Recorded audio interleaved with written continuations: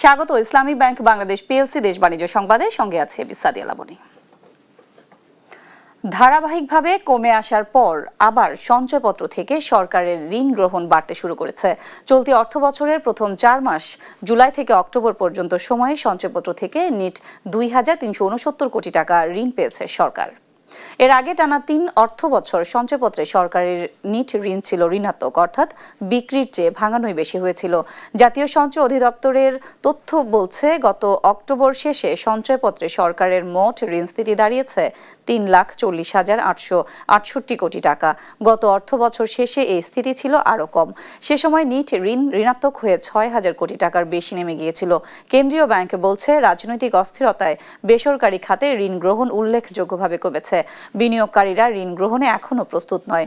ফলে সঞ্চয়পত্র সহ বিভিন্ন উৎস থেকে ঋণ নিচ্ছে সরকার। বাজেট ঘাটতি মেটাতে এই ঋণ নেওয়া হচ্ছে।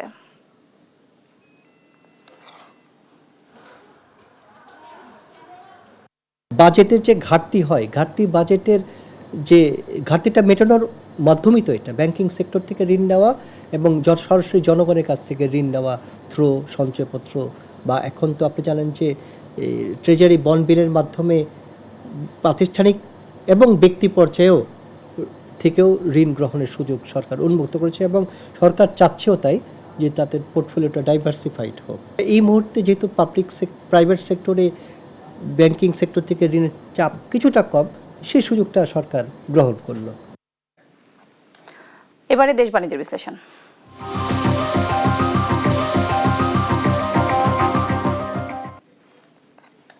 চলতি বছরের আগস্ট থেকে নভেম্বর এই 4 মাসে ধারাবাহিকভাবে কমেছে রপ্তানি আয়। তৈরি পোশাক খাতের ব্যবসায়ীরা বলছেন, মার্কিন ট্যারিফ, ইউরোপের বাজার সংকোচন, ব্যাংকিং খাতের সংকট এবং গ্যাস বিদ্যুৎ ঘাটতিতে রপ্তানি আয় কমেছে। সংকট কাটাতে সরকার ও ব্যবসায়ীদের নীতিগত সমন্বয় ও নতুন বাজারে রপ্তানি সম্প্রসারণ করা জরুরি মনে করছেন অর্থনীতিবিদরা। ফাহিম ইউসুফের প্রতিবেদন। গেল কয়েক মাস ধরেই ধারাবাহিকভাবে কমতে শুরু করেছে দেশের রপ্তানি আয়। ইপিবির তথ্য অনুযায়ী চলতি বছরের আগস্ট থেকে নভেম্বর পর্যন্ত 4 মাস লাগাতার কমেছে এ আয়। গেল নভেম্বরে রপ্তানি আয় 5.5% কমে হয়েছে প্রায় $3.89 বিলিয়ন, যা আগের বছরের একই সময়ে ছিল $4.12 বিলিয়ন। চলতি বছরের জুলাইয়ে রপ্তানি আয় কিছুটা বাড়লেও আগস্টে 2.9, সেপ্টেম্বরে 4.6 এবং অক্টোবরে 7.4% কমেছে। রপ্তানির নিম্নমুখী এ ধারা চলছে গেল 4 মাস ধরে। দেশের রপ্তানির সবচেয়ে বড় খাত হল তৈরি পোশাক শিল্প। এ খাতে নভেম্বরেও রপ্তানি হয়েছে প্রায় $3.1 বিলিয়ন, যা গেল বছরের একই সময়ের তুলনায় প্রায় 5% কম। ব্যবসায়ীরা বলছেন, মার্কিন ট্যারিফ, ইউরোপের বাজারে ঢুকতে না পারা ও ব্যাংকিং খাতের মূলধন ঘাটতিতে সংকটে পড়েছে রপ্তানি আয়। সার্বিকভাবেই ব্যাংকগুলোর কাছ থেকে আমরা খুবই আনপ্রফেশনাল বিহেভিয়ার আমরা পাচ্ছি এবং ব্যাংকগুলোতে একদমই রপ্তানিকারকরা এবং গার্মেন্টস ইন্ডাস্ট্রির মালিকরা ভালো কোনো ফ্যাসিলিটি পাচ্ছে না। গ্যাস, বিদ্যুৎ এগুলো নিয়ে তো কথা বলতেই আছে সারাদিন মানুষ। তো এগুলোই মোটামুটি কারণ আর কি, যার কারণে রপ্তানি আসলে কমে যাচ্ছে এবং আমার যে প্রেডিকশন সেটা হলো রপ্তানি আরও কমবে। কলকারখানার গ্যাস সরবরাহ কম ও ব্যাংকের সুদ হার বেশি হওয়ায় রপ্তানিকারকরা বিপাকে পড়ছেন, এমনটা মনে করেন এ অর্থনীতিবিদ। জানান, দ্রুত বর্তমান সংকট মোকাবেলায় প্রয়োজন ব্যবসায়ীদের সঙ্গে সরকারের ধারাবাহিক নীতি নির্ধারণী আলোচনা। ইউটিলিটি প্রাইস এটা অনেক হাই, মানে বিশেষ করে যে গ্যাসের যে দাম সেটা কিন্তু এই যে ভারত বা অন্যান্য আমাদের যারা প্রতিযোগী দেশ তাদের তুলনায় বেশি। খুব দ্রুত আসলে এই বাণিজ্য উপদেষ্টায়, বাণিজ্য সচিব বা অন্যান্য যারা এক্সপোর্ট উইংয়ের যারা আছেন তাদের উচিত হবে হলো এটা স্টেক হোল্ডার ডায়ালগ করা এবং সেখানে এই যারা এক্সপোর্টার তাদের নিয়ে বসতে হবে। দীর্ঘমেয়াদী রপ্তানি স্থিতিশীলতায় প্রয়োজন ইউরোপ, লাতিন আমেরিকা ও মধ্যপ্রাচ্যে বাজার সম্প্রসারণ। পাশাপাশি বাংলাদেশ দূতাবাসে বাণিজ্যিক শাখা শক্তিশালী করার আহ্বান জানান এ অর্থনীতিবিদ। ফাহিম ইউসুফ, দেশ টিভি, ঢাকা। চলতি অর্থবছরের নভেম্বর মাসে বাংলাদেশের মোট পণ্য রপ্তানি আয় দাঁড়িয়েছে প্রায় $389 কোটি, যা গেল বছরের একই সময়ের তুলনায় 5.54% কম। এ নিয়ে টানা 4 মাস ধরে রপ্তানি আয় কমছে, এমন চিত্র উঠে এসেছে রপ্তানি উন্নয়ন ব্যুরো ইপিবির সবশেষ প্রতিবেদনে। প্রধান রপ্তানি খাত তৈরি পোশাক থেকে 5 মাসে আয় হয়েছে $16.13 বিলিয়ন। নভেম্বরে আয় কমেছে প্রায় 5%। তবে ইউরোপীয় বাজারে কিছুটা মন্দা থাকলেও যুক্তরাষ্ট্র ও যুক্তরাজ্যের বাজারে প্রবৃদ্ধি অব্যাহত অব্যাহত রয়েছে। তবে চলতি অর্থ বছরের প্রথম 5 মাসে এ খাতে সামগ্রিকভাবে সামান্য প্রবৃদ্ধি হয়েছে। অর্থ বছরের প্রথমার্ধে চামড়া ও চামড়াজাত পণ্য রপ্তানি বৃদ্ধি পেয়েছে 34%। যদিও এ সময় কমেছে চামড়াজাত জুতার রপ্তানি, কৃষি প্রক্রিয়াজাত পণ্য, পাট ও পাটজাত পণ্য, হোম টেক্সটাইল এবং প্রকৌশলী পণ্য খাতে রপ্তানি আয় কমেছে উল্লেখযোগ্য হারে। বিপরীতে চামড়া ও চামড়াজাত পণ্য খাতে কিছুটা ইতিবাচক প্রবৃদ্ধি লক্ষ্য করা গেছে। ইপিবির তথ্য অনুযায়ী বৈশ্বিক মূল্যস্ফীতি, ক্রেতা দেশের চাহিদা কমে যাওয়া এবং আন্তর্জাতিক বাজারের অনিশ্চয়তার প্রভাবেই দেশের রপ্তানিতে এই মন্দা দেখা দিয়েছে।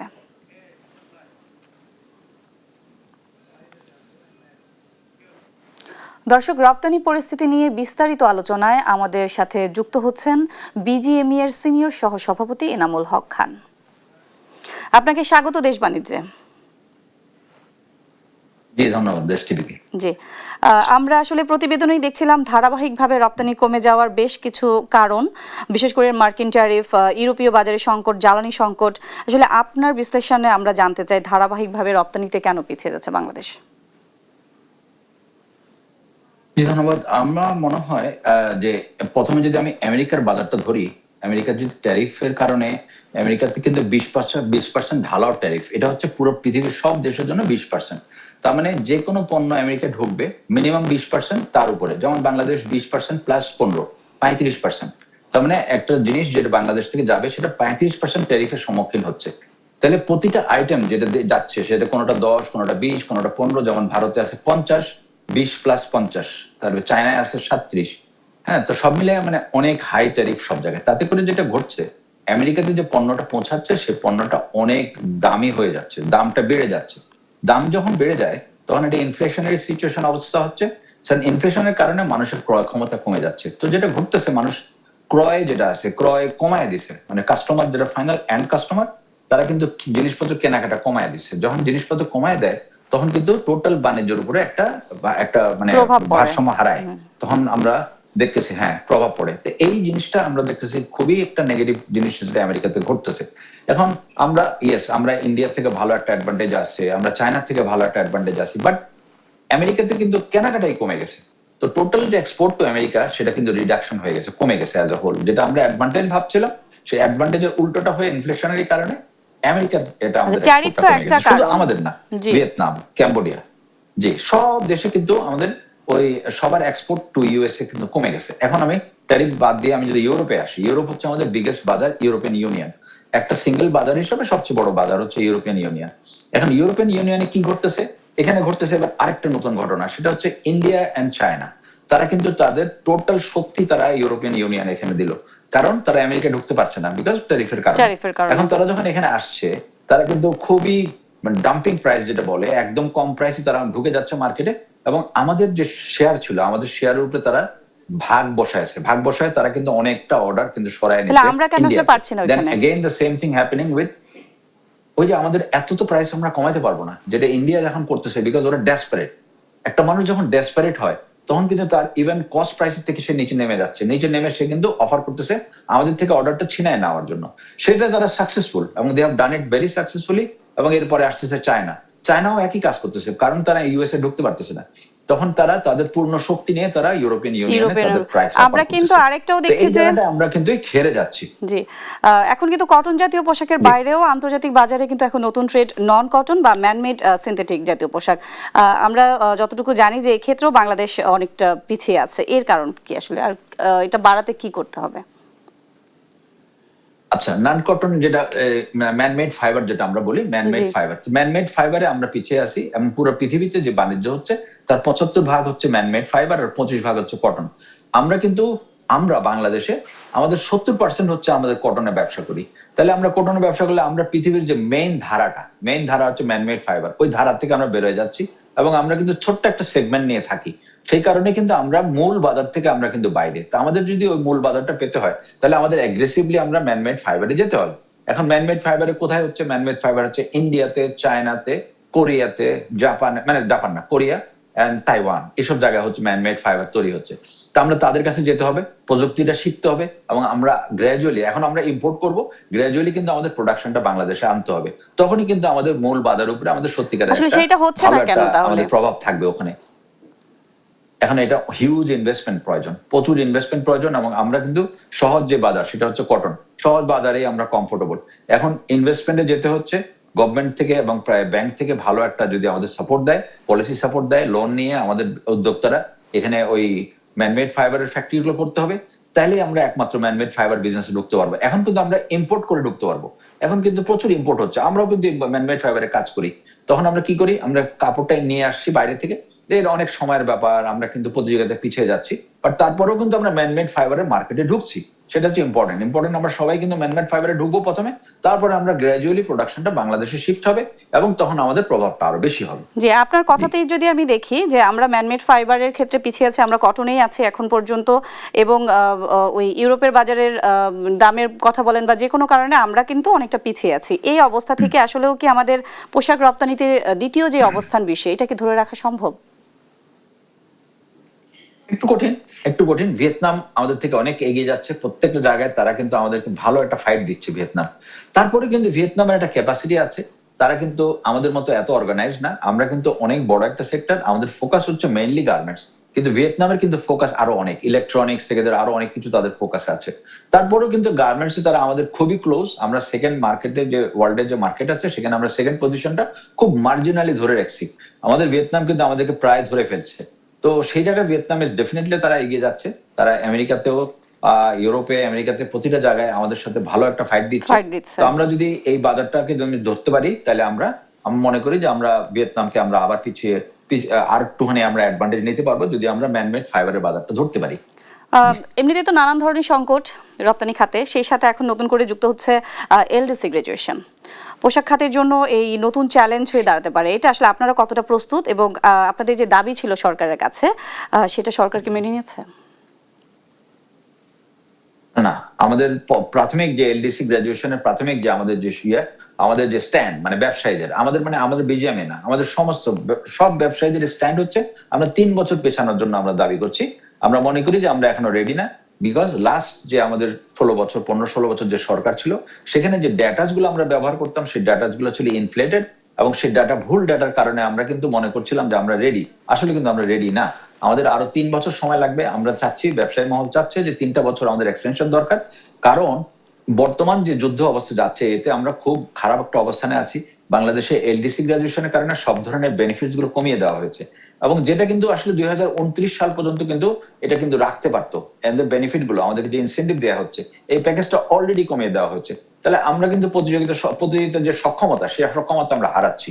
আমরা যদি প্রতিযোগিতার সক্ষমতা হারাই তাহলে কিন্তু 29 সালের নভেম্বরে যখন আমরা সত্যিকার ভাবে আমাদের 14-18% যখন ট্যারিফ যুক্ত হবে ইউরোপে, যেটা আমরা এখন ডিউটি ফ্রি বা ট্যারিফ ফ্রি আমরা এনজয় করছি, তখন কিন্তু আমরা সত্যি আমরা হোঁচট খাবো, মারাত্মকভাবে হোঁচট খাবো। এবং আমরা মনে করি আমাদের সক্ষমতা অর্জনের জন্য 3টি বছর আমাদের প্রয়োজন, এবং এটা একদমই আমি শেষ প্রশ্নে চলে এসেছি।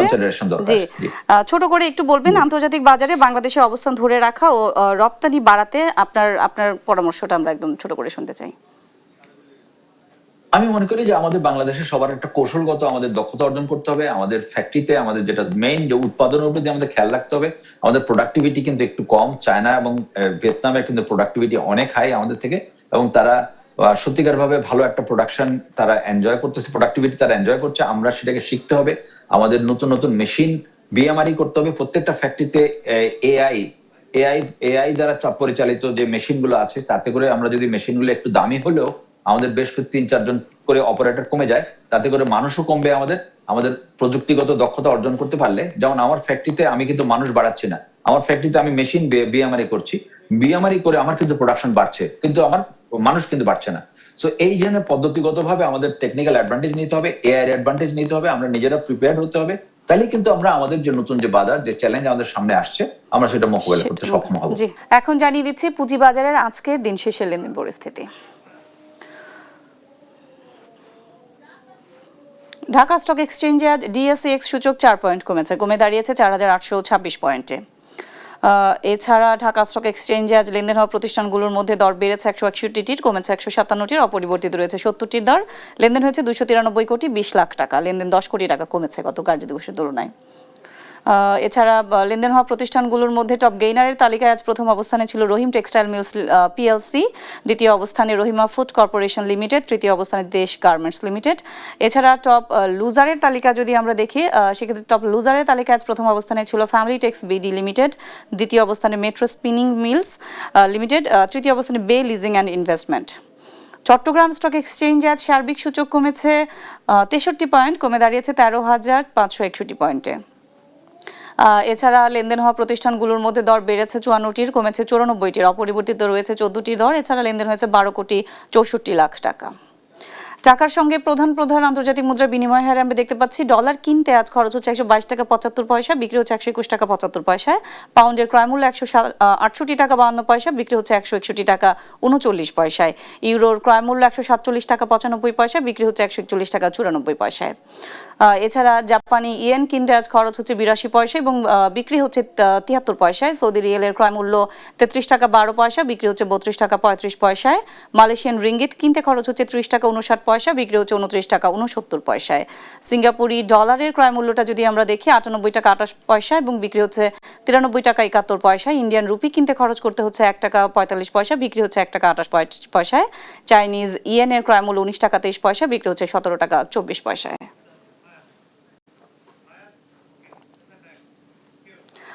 ইতিহাস গড়ল অ্যামাজনের প্রতিষ্ঠাতা জেফ বেজোসের মহাকাশ সংস্থা ব্লু অরিজিন। প্রথমবারের মতো হুইল চেয়ার সহ মহাকাশে পাঠানো হলো শারীরিক প্রতিবন্ধী জার্মান প্রকৌশলী মিখায়েলা বেনথাউসকে। 5 সঙ্গী নিয়ে অতিক্রম করেন মহাকাশের কারমান রেখা। উদ্দেশ্য মেরুদণ্ডে আঘাত সম্পর্কিত গবেষণার জন্য উইংস ফর লাইফ সংস্থার তহবিল সংগ্রহ করা। জয়া সরকারের প্রতিবেদন। ক্যালেন্ডারের পাতায় তারিখটা 20 ডিসেম্বর 2025। মহাকাশের বুকে নতুন মাইলফলক গড়ল মার্কিন উদ্যোক্তা জেফ বেজোসের মহাকাশ সংস্থা ব্লু অরিজিন। প্রথমবারের মতো হুইলচেয়ার সহ মহাকাশে পাঠানো হলো শারীরিক প্রতিবন্ধী জার্মান মহাকাশ প্রকৌশলী মিখায়েলা বেনথাউসকে। শনিবার স্থানীয় সময় সকাল 9:16 তিনি নিউ শেপার্ড রকেটে যাত্রা করেন, অতিক্রম করেন আন্তর্জাতিকভাবে মহাকাশের সীমা হিসেবে স্বীকৃত কারমান রেখা। যাত্রাটিতে তার সঙ্গী ছিলেন জয়ী হাইড, হ্যান্স কনিক্সম্যান, নীল মিঞ্চ, অ্যাডোনিস পুরৌলিস ও জেসন স্টেনসেল। অনেক সময় স্বপ্ন সত্যি হওয়ার সম্ভাবনা কম থাকে, কিন্তু কখনো হাল ছাড়া উচিত না। আমি আজ নিজেকে খুব ভাগ্যবান মনে করছি। 2018 সালে মাউন্টেন বাইকিংয়ে আঘাত পান মিখায়েলা। এরপর থেকে অ্যাক্সেসিবল স্পেস ট্রাভেলের পৃষ্ঠপোষকতা করছেন তিনি। অভিযানটির নাম রাখা হয়েছে NS-37, যা ব্লু অরিজিনের 16তম sub orbital space tourism launch. টেক্সাসের ভ্যান হর্ন থেকে যাত্রা শুরু করা ক্যাপসুলটি যাত্রা শেষে পশ্চিম টেক্সাসের মরুভূমিতে অবতরণ করে। যাত্রাটি প্রায় 10 মিনিট স্থায়ী হয়। পুরো যাত্রায় মিখায়েলাকে সহায়তা করেন তার বন্ধু ও স্পেস এক্সের প্রাক্তন নির্বাহী হ্যান্স কনিক্সম্যান। মিখায়েলার সাহসিকতার প্রশংসা করেন নাসার পরবর্তী অ্যাডমিনিস্ট্রেটর জ্যারেড জ্যাকম্যান। মেরুদণ্ডে আঘাত সম্পর্কিত গবেষণার জন্য উইংস ফর লাইফ সংস্থার তহবিল সংগ্রহে মহাকাশ যাত্রার অংশ হন ইতিহাস সৃষ্টিকারী এ নভোচারী। জয়া সরকার, নিউজ ডেস্ক, দেশ টিভি। এবারে চাকরির খবর। নিয়োগ দিচ্ছে পপুলার ফার্মাসিউটিক্যালস। প্রতিষ্ঠানটি ইন্টারন্যাশনাল মার্কেটিং বিভাগ প্রোডাক্ট এক্সিকিউটিভ পদে জনবল নিয়োগের জন্য এই বিজ্ঞপ্তি দিয়েছে। 21 ডিসেম্বর থেকে আবেদন নেওয়া শুরু হয়েছে। আবেদন করা যাবে আগামী 31 ডিসেম্বর পর্যন্ত। আগ্রহী প্রার্থীরা অনলাইনে আবেদন করতে পারবেন। নিয়োগ বিজ্ঞপ্তি প্রকাশ করেছে সিটি গ্রুপ। দেশের বৃহৎ শিল্প প্রতিষ্ঠানটির পারচেজ বিভাগ অ্যাসিস্ট্যান্ট এক্সিকিউটিভ পদে জনবল নিয়োগের জন্য এই বিজ্ঞপ্তি দিয়েছে। গত 17 ডিসেম্বর থেকে আবেদন নেওয়া শুরু হয়েছে। আবেদন করা যাবে আগামী 31 ডিসেম্বর পর্যন্ত। আগ্রহী প্রার্থীরা অনলাইনে আবেদন করতে পারবেন। নির্বাচিত প্রার্থীর মাসিক বেতন ছাড়াও প্রতিষ্ঠানের নীতিমালা অনুযায়ী আরও অন্যান্য সুযোগ সুবিধা পাবেন।